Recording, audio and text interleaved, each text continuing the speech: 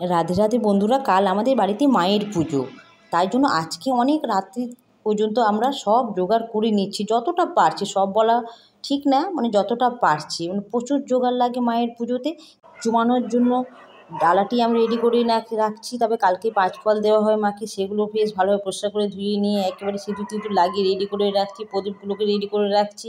দুব্বগুলোকে এক এক করে বেছে নিয়ে পরিষ্কার জলে ধুয়ে নিয়ে গিট ভিতরে রেখে দিচ্ছি। ক্যারি ব্যাগে বেঁধে যেন নষ্ট না হয়ে যায়। ছোটো ছোটো করে গাঁদা ফুলের মালা আমরা ঘটের জন্য তৈরি করে নিচ্ছি, এবং কালকে তো কেনা হবেই মালা মায়ের জন্য। আজকে কিনে নিই, কেন যে ফুলগুলো বাসি হয়ে যাবে, সব শুকিয়ে পড়বে ফুলগুলো। তাই জন্য কালকেই সকাল সকাল বাজারে যেয়ে ফুলের মালাগুলো নিয়ে আসা হবে। আমাদের এখানে 2টো ঘট বসে, 2টো ঘটেরই মালা আমি করে নিয়েছি। এখানে আমার মা নিয়ে এসেছিলো গাছ থেকে পেড়ে পানগুলো আমরা মায়ের পুজোতে অনেকটাই পান আমাদের লাগে, চুমানো থেকে, মায়ের পুজো থেকে। তারপরে সামনে দরজাতে দেওয়া হয় ঘটের উপরে সেই পানগুলো। তারপরে পান আমরা প্রত্যেকটা ডালাতেই পান দিই ভোগের উপরে।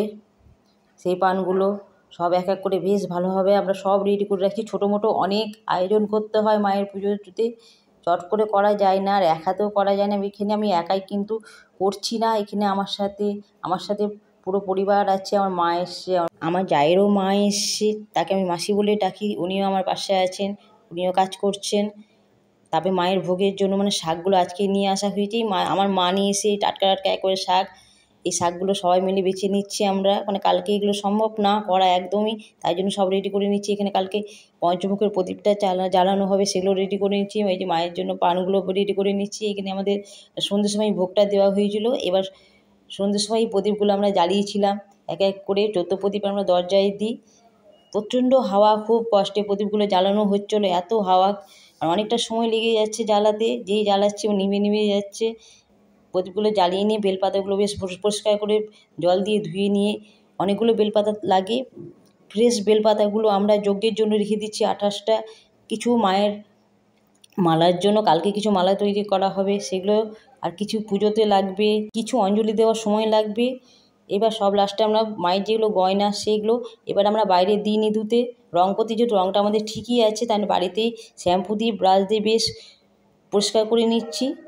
প্রত্যেকটা গয়না আমরা পরিষ্কার করে নিচ্ছি। প্রত্যেক বছর আমরা রং করতে দিই না গয়না।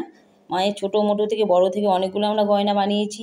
যত সাজানো যায় ততই সৌন্দর্য ফুটে ওঠে। বলে না মেয়েদের মানে গয়না দিয়েই সৌন্দর্য, সেরকম মায়েরও যত মানে গয়না দেওয়া যায়, যত সুন্দরভাবে সাজানো হয়, ততই মধ্যে রূপটা আরও ফুটে ওঠে। এমনিতেই মা তো অপূর্ব সুন্দর, সবাই সেটা জানেন। কিছু না পরলেও মাকে ভালো লাগে। লাল পাড় শাড়িতে কত সুন্দর লাগে, তবুও গয়না দিয়ে একটু মন ভালো লাগে। নিজেরা পরবো, মায়েরা পরবে না তা কখনো হয় না। তাই জন্য মায়েদের জন্য